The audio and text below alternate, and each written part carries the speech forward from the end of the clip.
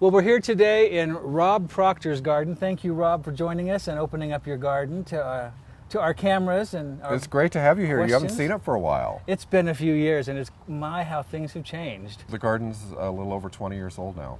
Is it really? Yeah. We have a few containers around here. How many do you think you might have? 10, 20 of them? There is a debate about this. No, this 10 or 20. Ha ha. The last count last year, it was close to 450, but I added a few more this year. So I'm really not sure. Well, I love the way this is all organized around your patio and your seating area. You have lots of different rooms that you can move around into, and each has its own particular, what would you call it? Yeah, they do. Theme or ambiance or character. Did this whole garden come together as in piecemeal? It looks like it's very well thought out and planned ahead of time. I thought I drew it out on a cocktail napkin. I sort of had in my mind what it was going to look like, and I like borders. I like the organization of borders, like picture frames, so you can be wild in the middle, you know, paint your Picasso with plants. Yeah, sure. And then you've got a nice edge to it, so it looks like you were doing things right, no matter how wild you get in the border. And you have a very unique way of edging your beds. It's not unique to a lot of gardeners. It's unusual in Colorado. Exactly.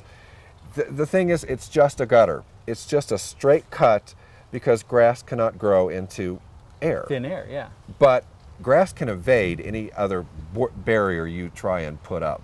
And you just recut it in spring and fall.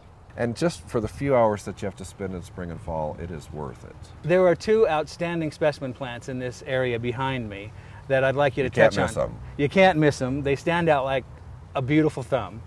One is the gigantic beauty bush that's blooming back there, the big pink thing. Just finishing up. I've not seen one that big around here. It probably is one of the oldest and biggest in Denver. And the people who lived here, say 80 years ago, planted it. And that shrub wasn't introduced to this country till after World War I. So it probably was planted in the 20s or 30s when they were very fashionable back east. Now the other plant is the tall white umbels of white flowers on this big coarse architectural plant. And the that's giant cow parsnip. Cow parsnip, Heracleum. I love that There's plant. a couple of other names for it, but cow parsnip I think is the one I like the best. Native from all the way from Alaska down to Georgia. We see it up here in the mountains in moist meadows sometimes. And I've always loved this plant. I saw it in the mountains for the first time, just fell in love with it. And I think maybe the attraction to me is that it has huge, jagged leaves. And we don't have very many perennials here with big leaves. Well, Rob, I really appreciate you letting us come in today. It was a pleasure. It's just a beautiful garden, and I'm really anxious to see what it looks like in the fall, because I'm sure there's another transformation that happens. It just then. keeps rolling on. Yeah.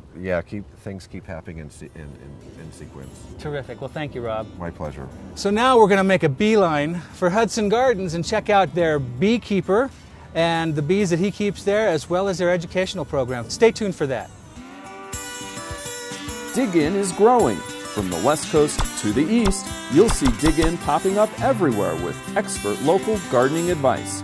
Wherever you are, watch for Dig In, planting garden-to-table know-how across the country.